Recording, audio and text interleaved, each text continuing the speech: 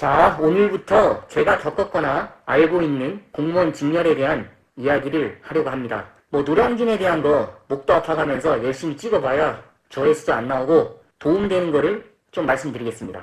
이제 제가 느낀 각 직렬들에 대한 리얼 스토리를 불평도 좀 하면서 들려드릴 테니까 특히 직렬 선택에 고민이신 분들에게 도움이 됐으면 좋겠습니다. 미리 말씀드립니다. 어디까지나 제가 느낀 점이에요. 오늘은 첫 번째 농업직 공무원에 대해서 한번 말씀드리겠습니다. 제가 읍사무소에 근무할 때 농업직 직원 한 분이 육아휴직에 들어가셔가지고 대직 업무를 했던 적이 있었는데 그때 업무를 하면서 느꼈던 점들, 그리고 회식 자리나 평상시에 농업직 직원들의 하소연으로 이제 알게 된 한계점 등에 대해서 말씀드리겠습니다. 우선 저는 당연히 농대나 농고 나오면 농업직 시험을 보시고 농업직 하시는 줄 알았어요. 그런데 농업직 직원분들 중 농대 나오신 분들 생각보다 별로 없다는 사실에 좀 신기했습니다. 농업직 준비에 관한 사항은 제가 다음 영상에서 좀 말씀드릴 테니까 관심 있으신 분들 구독 좀 눌러주세요. 자, 그럼 농업직 업무에 대해서 말씀드리겠습니다. 대개 농업직 공무원이 하는 업무는 농업 관련 지원사업, 그리고 농지관리, 직불제, 유통관리 등입니다. 물론 농정기획도 있는데 이런 부분은 말 안 해도 다 아시겠죠? 우리 군에 어떤 작물을 특화시킬 것인가, 그리고 주력 작물, 농가 소득 향상 방안, 이런 것들을 기획하는 업무입니다. 우선 저는 제가 이제 읍사무소에 근무할 때 농업 관련 지원 사업을 몇 달간 담당했었는데, 농업 관련 지원 사업은 어떤 거냐면 가령 농기계값이 1,000만원, 그리고 보조율이 60%면 600만원은 행정기관인 읍사무소에서 농민들한테 이제 농기계 사라고 주는 거고, 사업비의 40%인 400만원만 농업인 본인이 부담하는 그런 사업입니다. 즉 농업인 입장에서는 1,000만원짜리 기계를 400만원에 살 수 있는 아주 좋은 조건입니다.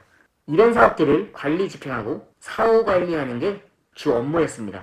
근데 이 업무가 꽤 힘들었습니다. 일단 관청에서 예산을 집행하려고 하면 그냥은 못 주죠. 예산 집행에 따른 서류 누락 여부도 체크하고 제출된 서류에는 이상이 없는지 등을 담당 공무원이 확인하고 처리해야만 예산이 지출됩니다. 그때 이제 들어와야 되는 서류들, 견적서, 납품서, 시방서, 품질 인증서, 하자보수 관련 서류 등 기본적으로 들어와야 되는 서류들이 좀 많습니다.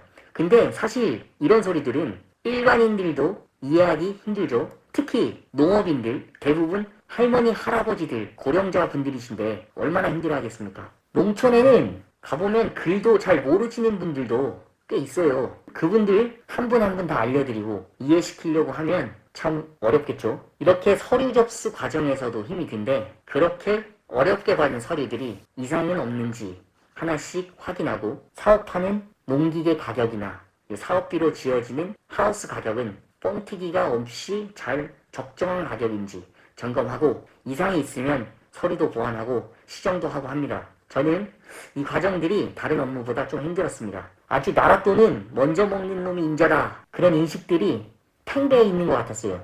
이 지도하거나 감독하는 것도 쉽지 않은데 지도 감독할 때 언어 선택도 잘 해야 됩니다. 그렇지 않으면은 지역 어르신들, 담당 공무원들 아주 깐깐하고 예의 없는 놈처럼 말씀하시는 그런 경향들이 저는 참 많이 느껴졌습니다. 버르장머리 없는 놈 되지 않으려고 하면 잘해야 됩니다. 지원사업 업무는 대충 그 정도였고, 이제 그 읍사무소의 다른 농업직들은 이제 농지관리도 하고 직불제 업무도 하셨습니다.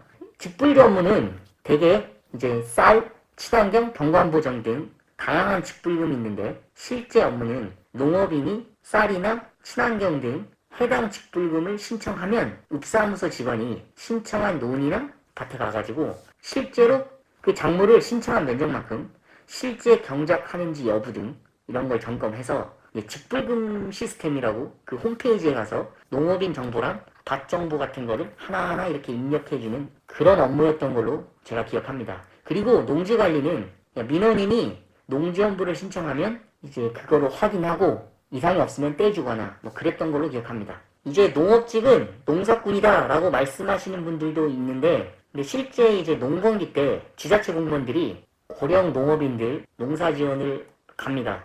근데 이때는 농업직만 밭에 가서 일하는 게 아니라 읍사무소에 있는 다른 직렬 공무원들도 순번대로 이렇게 돌아가면서 농사일을 하게 됩니다. 뭐 어차피 그런 일은 한 1년에 두세 번 정도 하니까 저는 뭐 걱정할 부분은 전혀 아니라고 생각합니다. 농업직 업무 중에 제일 무서울 때가 태풍이나 가뭄, 뭐 폭설 이런 자연재해가 생길 때인데 정말 자연재해가 덮쳐가지고 밭작물들이 다 죽어버리고 해버리면은 진짜 헬게이트 열린 겁니다. 담당 공무원이 자연재해 피해 신청이 들어온 농지에 가서 밭작물 이상 여부를 전수조사하는데 이게 담당 공무원이 농민의 손해를 조금이라도, 이만큼이라도 이제 누락되거나 입력할 때 뜰려가지고 보상이 안 이루어진다. 그럼 진짜 헬게이트 열고 염라대왕 앞으로 가는 지옥이 시작됩니다. 정말 죽어납니다. 이때는 입사무소 근무에도 막 새벽까지 근무할 때도 있었고 제 생각엔 그때가 업무 강도가 진짜 헬 중에 헬이 아니었나 그렇게 생각합니다. 이제 그 외 농업경영체 같은 업무, 농업경영체 관리 업무 같은 거는 농식품부 산하기관인 농산물품질관리원에서 하고 근데 본청에 가면 원산지 관리도 하는데 이거는 보통 평상시에 식당 같은 데서 원산지를 속인다 이렇게 민원 전화가 오면 담당 공무원이 가서 단속도 하고 지도도 하는데 이제 설이나 추석 명절 때는 지역 시장을 돌아다니면서 국가직 공무원들하고 원산지 합동점검에도 나선다고 합니다. 마지막으로 농업직 직원들의 하소연 일을 들어가지고 알게 된 농업직의 단점과 한계점에 대해서 말씀드리겠습니다. 이제 들어보니까 제 생각에는 이거는 지방직에 근무하는 기술직 공통사항이긴 한데 농업직 공무원으로 근무하게 되면 보통 시청이나 군청에 하나의 과, 보통 농정과 하나밖에 없어가지고 농업직 과장, 즉 5급 사무관 기호가 보통 시나 군청 통틀어서 한 자리에서 두 자리 정도밖에 없습니다. 뭐 물론 농업직 공무원 자체도 별로 없긴 한데 자리가 워낙 없다 보니까 승진적체가 좀 심합니다. 사실 근데 승진적체는 좀 복불복이죠. 틀린 군번이면 오히려 행정직보다 빨리 승진하는 거고 막히면 아무리 발버둥 쳐봤자 6급 명태에서 명태사무관으로 그냥 바이바이 하는 겁니다. 그건 뭐 행정직도 마찬가지예요. 어떤 직렬이든. 그리고 지방직 자체가 워낙 작고 별 일도 없는 동네라 소문도 빠르고 남의 일에 참 관심이 많습니다. 근데 그 중에 농업직은 더더욱 소수 직렬이라서 눈치도 많이 보이는 그런 직렬 중에 하나입니다. 뭐 이런 건 보통 기술직 공통이죠. 그래도 그나마 요즘엔 농고나 농대 출신들이 많이 없어서 어떻게 보면 기술직 직원은 나름 프리한 직렬이 아닌가 저는 생각합니다. 참고로 농정과는 일이 많고 힘이 없는 부서인지라 전반적으로 일반 행정직이 조금 기피하는 부서는 맞습니다.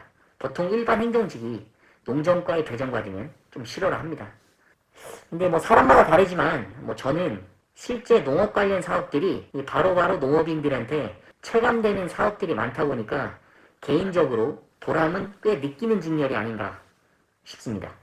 자, 오늘 농업직 공무원의 업무와 단점에 대해서 알아봤습니다. 오늘 내용이 도움이 되셨으면 좋겠습니다. 여기에 안 나온 내용이더라도 댓글 남겨주시면 제가 아는 선에 대해서는 아니면 제 지인한테 여쭤봐서 알려드리겠습니다. 자, 다음 영상에서는 농업직 공무원 준비에 대해서 한번 말씀드리겠습니다. 영상이 도움이 됐다면 좋아요, 구독. 영상이 나빴다면 나빠요 누르고 차단 눌러서 그냥 나가주십시오. 감사합니다.